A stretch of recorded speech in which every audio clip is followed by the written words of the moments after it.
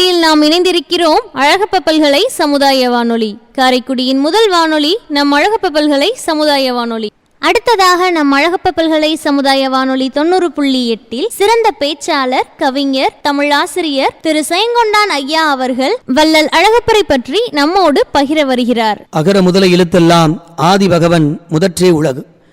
தேடிச் சோறு நிதம் தின்று பல சின்ன சிறுகதைகள் பேசி மனம் வாடி துன்பம் மிக உழன்று பிறர் வாட பல செயல்கள் செய்து நரை கூடிக்குள்ள பருவம் எய்தி கொடுங்கூற்றுக்கு இறையனப்பின் மாயும் பல வேடிக்கை மனிதரைப் போலே நான் வீழ்வேன் என்று நினைத்தாயோ என்ற எட்டயபுரத்து எழுச்சிக்கவினுடைய வார்த்தைகளை சொல்லி காரைக்குடி கண்டெடுத்த கல்வி காமதேனுவாய் நம்முடைய உள்ளங்களில் மறைந்தும் மறையாமல் இடப்பக்க இதய கூட்டிற்குள் உறைந்து வாழ்ந்து கிடக்கிற வள்ளல் அழகப்பருடைய திருவடிகளையும் வணங்கி அவரை பற்றிய சில குறிப்புகளை உங்களோடு பகிர்ந்து கொள்வதில் நான் பெருமைப்படுகிறேன். அழகப்பா பல்கலை சமுதாய வானொலி நேயர்களுக்கு என்னுடைய நெஞ்சம் நிறைந்த வணக்கங்கள். நல்ல பணியை தலைமேற்கொண்டு இந்த பகுதியிலே இருக்கக்கூடிய சிறப்புகளை எல்லாம் எடுத்து சொல்லுகின்ற அழகப்பா பல்கலை இந்த வானொலியிலே, இந்த பண்பலையிலே வள்ளல் அழகப்பர் இந்த அழகப்பா பல்கலைக்கழகத்தினுடைய நிறுவனராக இருந்து காரைக்குடி பகுதியையே வளமாக்கி வளம் வந்தவர் என்று சொன்னால் அது மிகையன்று. இந்த பகுதியில் படித்துவிட்டு பல பேர் பச்சை கையெழுத்து போடுகிறார்கள் என்று சொன்னால் அது வள்ளல் அழகப்பர் தந்த கல்வி பிச்சை என்பதை யாராலும் மறுக்க முடியாது. அத்தகைய பெருமைக்குரியவராக, தன்னலம் கருதாத தகைமையாளராக, பிறர் நலம் கருதுகின்ற பெருந்தகையாளராக வாழ்ந்து சிறந்தவர், இறந்தும் வாழ்கின்றவர் வள்ளல் அழகப்பர். தோன்றின் புகழொடு தோன்றுக அகுதிலார், தோன்றலின் தோன்றாமை நன்று என்ற குறள் இலக்கியத்திற்கு இலக்கணமாய் வாழ்ந்து சிறந்த பெருந்தகையாளர் வள்ளல் அழகப்பர். ராமநாதன் உமையால் ஆகிய இணையருக்கு இரண்டாவது பிள்ளையாக 1909 ஏப்ரல் 6 அவர் இந்த மண்ணில் அவதரிக்கிறார். அவரை நான் பிறந்தார் என்று சொல்வதை விட அவதரித்தார் என்று சொல்லவே ஆசைப்படுகிறேன். காரணம், இறைவன் அவதரித்ததாக நாம் இதிகாசத்திலும் வரலாறுகளிலும் படித்து மகிழ்ந்திருக்கிறோம். நாம் கண்ட வரலாறாக இந்த பகுதி சிறக்க ஓய்வு பெறுவதற்கு அவதரித்த பெருமகனார் தான் நம்முடைய வள்ளல் அழகப்ப செட்டியார் என்று சொன்னால் அதிலே இரண்டு கருத்து இருப்பதற்கு இடமில்லை.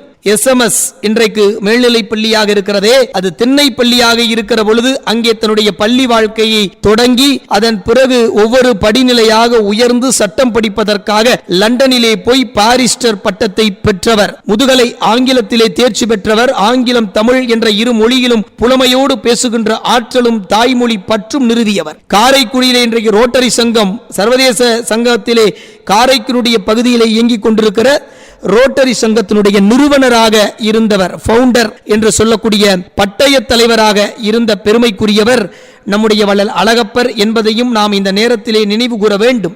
1937 கேரளாவிற்கு சென்று அங்கே கொச்சி டெக்ஸ்டைல்ஸ் என்று ஆரம்பித்து பின்னாளிலே அதனுடைய பெயரை தன் பெயராக்கி கோலோச்சி அழகப்பா டெக்ஸ்டைல்ஸ் என்ற நிறுவனத்தை அமைக்கிறார். படிப்படியாக பல பரிணாமங்களிலே உயர்ச்சி அடைகிறார். மும்பைக்கு செல்லுகிறார், பங்கு சந்தையிலே உயர்ச்சி பெறுகிறார், அங்கே பல விடுதிகளை, உணவகங்களை கட்டுகிறார் என்று அவருடைய வரலாற்று குறிப்பு எண்ணற்ற தகவல்களை நம்மோடு பரிமாறிக்கொள்கிறது. மலாயா செல்கிறார், அதாவது மலேசியா, அங்கே தேயிலை தோட்டத்தை நிறுவுகிறார். 1947 சென்னையிலே நம்முடைய அன்னி பெசன்ட் அம்மையார் அவர்களுடைய 100ஆண்டு விழா நடைபெறுகிறது. அந்த 100ஆண்டு விழா கூட்டத்திலே யார் வேண்டுமானாலும் கலை அறிவியல் கல்லூரியை நிறுவலாம், அதற்கு முயற்சித்து முன்வாருங்கள் என்று கல்வியினுடைய வளர்ச்சி திட்டங்களை பற்றி விளக்கி சொல்லுகிற பொழுது தனி மனிதராக சென்ற வள்ளல் அழகப்ப செட்டியார் எழுந்து நிற்கிறார். என்னுடைய காரைக்குடி பகுதியிலே நான் ஒரு அரசு கல்லூரியை கட்டுகிறேன், கலை அறிவியல் கல்லூரியை கட்டுகிறேன் என்று 3 நாளில் திட்டமிட்டு காரைக்குடியில் இருக்கிற காந்தி மாளிகை எல்லோருக்கும் புரியும்படி சொல்ல வேண்டும் என்றால் இன்றைக்கு இருக்கிறதே அரசு மருத்துவமனை, புதிய மருத்துவமனை தனியாக வந்து விட்டது. அரசு பழைய மருத்துவமனை, இன்றைக்கும் அது GH ரோடு என்று அழைக்கப்படுகிறது. அங்கேதான் நிறுவப்பட்டது. 1947 ஆகஸ்ட் 15 இந்திய திருநாடு சுதந்திரம் அடைகிற காலத்திலே அழகப்பா அரசு கலைக்கல்லூரி நிறுவப்பெறுகிறது. அதன் பின் அதனுடைய வளர்ச்சி படிநிலையை இன்றைக்கு நாம் பார்க்கிறோம். அகரம் தொடங்கி சிகரம் தொடுகிற வரை, ஆயத்த பள்ளியிலே, மாண்டிச்சோரி பள்ளிகளிலே தொடங்கி உடற்கல்வியல் கல்லூரி வரை, பல்கலைக்கழகம் வரை கொடிகட்டி பறக்கக்கூடிய கல்வி நிலையங்களை வள்ளல் அழகப்பர் தந்திருக்கிறார் என்று சொன்னால், இன்றைக்கு இந்த காரைக்குடியுடைய ஒரு பகுதி அழகப்பாபுரம் என்று அழைக்கப்படுகிறது என்று சொன்னால், அது அவர் கல்விக்கு செய்த அந்த பணிக்கு கிடைத்திருக்கிற விருது, பரிசு என்பதையும் நாம் இங்கே இந்த தருணத்திலே எண்ணி பார்க்க வேண்டும். 15 லட்சம் ரூபாய் 300 ஏக்கர் நிலம். இன்றைக்கு நான் பேசவில்லை, பல ஆண்டுகளுக்கு முன்பாக இந்த தொகையை எண்ணி பார்க்கவே முடியாது, அவ்வளவு வியப்பிற்குரியது. ஆனால் நம்முடைய பகுதிக்கு ஒரு பெருமை வர வேண்டும், மின்வேதியியல் கழகம் வர வேண்டும் என்று விருப்புற்ற காரணத்தினாலே 15 லட்சம் ரூபாய் 300 ஏக்கர் நிலத்தையும் அள்ளி கொடுத்த பெருந்தகையாளர் அழகப்ப செட்டியார். ஏதாவது ஒரு மாநிலம் முன்வாருங்கள் என்று பாரத பிரதமர் நேரு அவர்கள் அறிவிக்கிற பொழுது ஒரு மாநிலம் முன்வருவதற்கு தயங்கக்கூடிய நேரத்திலே ஒரு தனிநபராக போய் நின்று போராடி நள்ளிரவு 12 மணிக்கு நேருவை சந்திக்க செல்கிறார் என்றால் நேருவுக்கும் அழகப்பருக்கும் இருக்கக்கூடிய நட்பை நாம் இங்கே பார்க்க வேண்டும். நேரு அவர்கள் தன்னுடைய சகோதரி விஜயலட்சுமி பண்டிட்டிடம் அழகப்பரை அறிமுகப்படுத்துகிற பொழுது சோசலிச முதலாளி, ஏழைகளுக்காகவும் பாட்டாளி வர்க்கத்திற்காகவும் வாழுகின்றவர் என்று நம்முடைய அழகப்ப செட்டியாரை நினைவுபடுத்துகிறார். அதனுடைய முயற்சியால் இங்கே மின்வேதியியல் ஆய்வு நிறுவனம் இன்றைக்கு ஒளிவீசிக் கொண்டிருக்கக்கூடிய அந்த நிறுவனம் உருப்பெற்றது. அன்றைய தொகை 15 லட்சம் ரூபாய். 300 ஏக்கர் நிலம், காணி நிலம் வேண்டும் என்று பராசக்தியிடம் பாரதி கேட்டான். காணும் நிலமெல்லாம் வேண்டும் என்று இன்றைக்கு வாழுகின்ற 21ஆம் நூற்றாண்டு கையவர்கள் கேட்கிறார்கள். ஆனால் வள்ளல் அழகப்பர் அவர்களோ 300 ஏக்கர் நிலத்தை என்னுடைய காரைக்குடி மண் வளமாக வேண்டும் என்பதற்காக சிக்கிரி என்று அழைக்கப்படக்கூடிய மின் வேதியியல் ஆராய்ச்சி நிறுவனம் இந்த மண்ணில் ஏற்பட வேண்டும் என்பதற்காக அன்றைக்கு அள்ளி கொடுத்திருக்கிறார் என்பதை நினைத்து பார்க்கிற பொழுதே மெய் சிலிர்க்கிறது. நண்பர்களே, இந்திய நாட்டினுடைய குடியரசுத் தலைவராக இருந்த சர்வபலி டாக்டர் ராதாகிருஷ்ணன் அவர்கள் அதை திறந்து வைக்கிறார்கள். கோட்டையூர் இல்லம், இங்கேதான் அழகப்பரின் உள்ளம் தெரிகிறது. பெண்கள் கல்லூரி ஒன்று நிறுவ வேண்டும் என்றவுடன் தான் குடியிருந்த வீட்டையும் கொடுத்தார். கடையேழு வள்ளல்கள் என்று காரி பாரி ஓரியை நாம் பட்டியலிட்டு சொல்லுவோம். ஆனால் காரைக்குடி மண்ணிலே 8வது வள்ளலாக நம் கண்முன் வரலாறு கண்ட வள்ளலாக இருந்தவர் அழகப்பர். எல்லாவற்றையும் ஈந்தார், குடியிருந்த வீட்டையும் ஈந்தார். வாசுப மாணிக்கனாரினுடைய கொடை விளக்கு அது வெண்பா அல்ல, அழகப்பர் மீது அன்பா பாடிய பாடல்கள். அதனால் இன்றைக்கும் காலத்தால் அழியாத கருத்து பெட்டகங்களாக அந்த பாடல்கள் அழகப்பருடைய பெருமையும் புகழையும் பேசிக் கொண்டிருக்கிறது. இந்த நேரத்திலே தெய்வப்புலவன் திருவள்ளுவன் பாடிய ஒரு திருக்குறள் என் நினைவில் படுகிறது. ஈதல் இசைபட வாழ்தல் அது அல்லது ஊதியம் இல்லை உயிர்க்கு என்று கொடுத்து வாழ்வதுதான் இந்த உயிருக்கான ஊதியம் என்பதை மிக தெளிவாக சொல்லுவான். எது புகழ்? ஒலிம்பிக்கிலே தங்கப்பதக்கம் பெறுவது புகழா? இல்லை. வள்ளுவன் பதில் சொல்கிறான், இல்லை. 10வது 12வது பொதுத் தேர்வில் மாநில அளவிலே சாதிப்பதா? இல்லை. பேச்சரங்கத்திலே ஆயிரக்கணக்கான மக்கள் கூடியிருக்கிற அரங்கத்திலே பேசி கரவொளி பெறுவதா? இல்லை. பிறகு எது புகழ்? இவையெல்லாம் என்ன? வள்ளுவன் பதில் சொல்கிறார், இவையெல்லாம் பெருமை. புகழ் என்று சொன்னால் கொடுப்பதால் வருவது மட்டும்தான் புகழ். வரியார்க்கு ஒன்று ஈவதே ஈகை என்று ஈகைக்குறி இலக்கணம் வகுக்கிறான். அப்படி வந்தவர்க்கெல்லாம் வாரி வாரி கொடுத்த வள்ளல் அழகப்பர் மட்டும்தான் புகழுக்குரியவர். மற்றவர்கள் எல்லாம் பெருமைக்குரியவர்களாக இருக்கலாமே தவிர ஒரு நாளும் புகழுக்குரியவராக அங்கீகரிக்கப்பட வாய்ப்பில்லை. அப்படி புகழுக்குரிய ஒற்றை மனிதனாக இந்த உலகமே வியக்கக்கூடிய அளவு கல்விக்காக அள்ளி அள்ளி கொடுத்திருக்கிறாரே. அவர் படிக்கிற வயதிலே கணக்கு பாடம் கசக்கும் என்று சொல்வாராம். கணக்கின்றி கொடுத்த வள்ளல், அதனால் தான் என்னவோ கணக்கு அவருக்கு கசந்திருக்கிறது.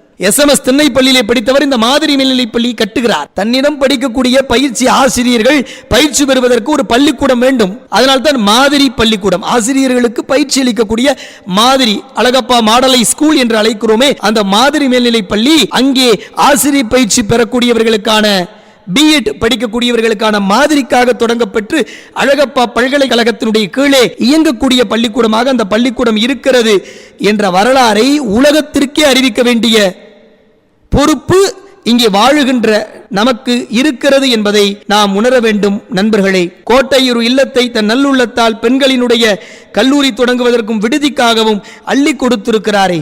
கர்ம வீரர் காமராஜர் தமிழகத்திலே முதலமைச்சராக இருந்த பொழுது மதிய உணவு திட்டத்தை அறிமுகப்படுத்தினார் என்பது வரலாறு, மறுப்பில்லை. ஆனால் அவர் உருவாக்குவதற்கு முன்பாகவே செட்டிநாட்டிலே கோட்டையூர் பகுதியிலே தான் தொடங்கிய பள்ளிகளில் பிள்ளைகள் பள்ளிக்கூடத்திற்கு வர வேண்டும் என்பதற்காக மதிய உணவு திட்டத்தை அரசாங்கம் தமிழகம் முழுக்க ஏற்படுத்தினாலும் கூட அதற்கு ஒரு முன்மாதிரியாக கோட்டையூர் காரைக்குடி பகுதியிலே செட்டிநாட்டிலே ஏற்படுத்திய பெருமை, ஒரு நல்ல வழிகாட்டியாக இருந்த பெருமை வள்ளல் அழகப்பருக்கு உண்டு என்பதை நாம் மறந்துவிட முடியாது. 1957 இந்தியாவினுடைய உயரிய விருதுகளில் ஒன்றான பத்மபூஷன் விருது வள்ளல் அழகப்பருக்கு கிடைத்தது. வள்ளல் அழகப்பருக்கு அந்த விருது கிடைத்ததால் விருது பெருமையடைந்தது என்று சொல்லுகின்ற அளவு நாம் இந்த நேரத்தில் அதை நினைத்து பார்க்க வேண்டும். செய்நன்றி அறிதலுக்கு உதாரணம் என்று சொன்னால், என்னன்றி கொன்றார்க்கும் உய்வுண்டா உய்வில்லை செய்நன்றி கொன்ற மகற்கு என்று வள்ளுவன் பாடுவானே, அந்த செய்நன்றி அறிதலுக்கு மிக உகந்த மனிதர் இங்கே இருக்கக்கூடிய விடுதியினுடைய பெயரை அழகப்பா கல்லூரி சாலையிலே நடந்து செல்லுகின்றவர்கள் கவனித்து பாருங்கள். குப்புச்சாமு நாயுடு விடுதி, மான்கொம்பு, இவையெல்லாம் எந்த பெயர்? அழகப்பருடைய வாரிசுகளின் பெயரா அல்லது காரைக்குடி பகுதியிலே செட்டிநாட்டாருடைய பெயரா என்று கேட்டால் இல்லை. தனக்கு யாரெல்லாம் நொடிந்த காலத்திலே, வாழ்க்கையினுடைய வலுவிழந்த காலத்திலே ஊக்கப்படுத்தி உதவினார்களோ கேரளத்து பகுதிகளிலே, அவர்களுடைய பெயர்களை எல்லாம் நினைவின் பொருட்டாக செய்நன்றி அறிந்த நம்முடைய மாமனிதர் மான்கொம்பு குப்புச்சாமி நாயுடு என்று வைத்தார். திருச்சூர் பகுதியிலே இன்றைக்கும் அழகப்பா நகர் என்று ஒரு நகர் இருக்கிறது. இப்படி தன்னுடைய கொடியை, வெற்றி கொடியை எல்லா இடங்களிலும் நாட்டியவர். தனக்கு உதவியவர்களை மறக்காமல் செய்நன்றி அறிதலோடு, அந்த நல்ல உணர்வோடு நம்முடைய மண்ணிலே நிறுவிய நிறுவனங்களுக்கு அவருடைய பெயர்களை அவர் வைத்திருக்கிறார் என்பதையும் நாம் பார்க்கிறோம் நண்பர்களே. குன்றக்குடி பெரியடிகளார் அவர்கள் பாரி விழா என்று நம்முடைய சிவகங்கை மாவட்டம் பிரான்மலை பரம்புமலையிலே நடத்துவார். ஒரு வள்ளலை அழைத்து கொண்டு குதிரை தேர் போல ஏற்றி வடிவமைத்து அந்த பரம்பு மலையை பவனி வரச் செய்து வள்ளல் என்று செங்கோல் கொடுத்து பட்டமளிப்பார். கடையேழு வள்ளல்களை படித்த வரலாறுகளிலே கண்ட நமக்கு 8வது வள்ளலாக கிட்டிய வள்ளல் அழகப்பர் அவர்கள்தான் அந்த பிரான்மலை என்று சொல்லப்படுகிற பரம்பு மலையிலே ஏறிய இறுதி நிறைவான வள்ளலாக இருந்திருக்கிறார். அதற்கு பிறகு பெரியடிகளார் அந்த விழாவை எடுப்பதில்லையாம். அழகப்பருக்கு அந்த பெருமை கிடைத்திருக்கிறது. தகுந்தவர், உகந்தவர் என்பதனாலே பரம்புமலையை சுற்றி வந்து குன்றக்குடி பெரிய அடிகளார் அவர்களால் பாராட்ட பெற்று அழைக்கப்பட்டவர். அண்ணாமலை பல்கலைக்கழகத்தை நிறுவிய பெருந்தகையாளர்கள் நாங்களா, நீங்கள் தானே என்று புகழ்ந்து புகழ்ந்து பாடி வள்ளல் என்ற பட்டத்தை அழகப்பருக்கு வழங்கி இருக்கிறார்கள். அது நிலைத்திருக்கிறது. காரைக்குடி கம்பன் கழகத்துக்கு அன்றைக்கு தமிழ் வளர்ச்சி பணியாக 1 லட்சம் ரூபாய் நன்கொடை அளித்திருக்கிறார். எங்கெங்கு சென்றாலும் அங்கே தன்னுடைய வள்ளல் தன்மையை குறைவில்லாமல் செய்தவர். குறைந்த நாள் வாழ்ந்தவர் என்பது மட்டும்தான் கொஞ்சம் வருத்தம். இன்னும் நிறைய செய்திருப்பார் அவர் நீடூழி வாழ்ந்திருந்தால். நண்பர்களே, ஏப்ரல் 6 பிறக்கிறார். அடுத்த நாள் பிறந்த நாள். ஆனாலும் அந்த அகவையினுடைய அடுத்த ஆண்டை பார்க்காமல் ஏப்ரல் 5 நம்ம எல்லாம் கண்ணீர் கடலிலே தவிக்க விட்டு வள்ளல் அழகப்பர் என்ற ஒரு தெய்வம் மறைந்தது. இறந்த பிறகு எல்லோரும் தெய்வமாவார்கள். ஆனால் வாரி வாரி கொடுத்து வள்ளலாக வாழ்ந்த அழகப்பர் மட்டும்தான் வாழுகின்ற காலத்திலேயே தெய்வமாக வாழ்ந்தார் என்பது நிதர்சனமான உண்மை. அழகப்பர் அவர்களுடைய மறைவு நம்முடைய காரைக்குடி பகுதிக்கு ஒரு மிகப்பெரிய இழப்பு என்று சொன்னால் அதிலே எந்த கருத்து வேறுபாடும் இருக்க வாய்ப்பில்லை. எல்லாருடைய உள்ளங்களிலும் வீடுகளிலும் வைத்து நேசிக்கப்பட வேண்டிய, வணங்கப்பட வேண்டிய ஒரு தெய்வமாக இங்கே இருக்கக்கூடியவர் நம்முடைய அழகப்பர் அவர்கள். ஓராசை இல்லானை, தனக்கு பொருள் சேர்க்க ஓராசை இல்லானை, பேராசை பட்டானை, கல்வியின் மேல் பேராசை பட்டானை, நான் ஆசை பட்டதினால் கவிதை நெய்ய நான் ஆசை பட்டதினால் பேராசை என்றாலும் எழுதுகின்றேன், பேரன்பீர் ஏற்றுக்கொள்ளுங்கள் என்று சொல்லி வானத்து வீதியை கையாலே அளந்தால் போல, காவிரியை கமண்டலத்தில் அடைத்தார் போல வள்ளலினை பாடுவதற்கு முயற்சிக்கின்றேன் என்று புதுக்கவிதை நூலிலே ஒரு கொடையின் கதை என்ற புத்தகத்தை எழுதிய அந்த எழுத்தாளன் கவிஞன் சிதம்பரம் அவர்களுடைய வரியும் இங்கே நினைவு கூறத்தக்கது. அழகப்பரை பற்றி மணிக்கணக்காக நாட்கணக்காக பேசிக்கொண்டே இருக்கலாம். அழகப்பா பல்கலை சமுதாய வானொலி நல்ல நிகழ்வுகளை ஒளிபரப்பிக் கொண்டிருக்கிற இந்த வேளையில் அவரை சிந்திக்கிற வாய்ப்பை, அதை உங்களோடு பகிர்ந்து கொள்ளுகின்ற வாய்ப்பை எனக்கு தந்திருக்கிறார்கள். அவர்களுக்கு என்னுடைய நெஞ்சம் நிறைந்த நன்றிகளை சொல்லி மீண்டும் இன்னொரு சந்திப்பில் உங்களை சந்திக்கிறேன். வாய்ப்புக்கு நன்றி.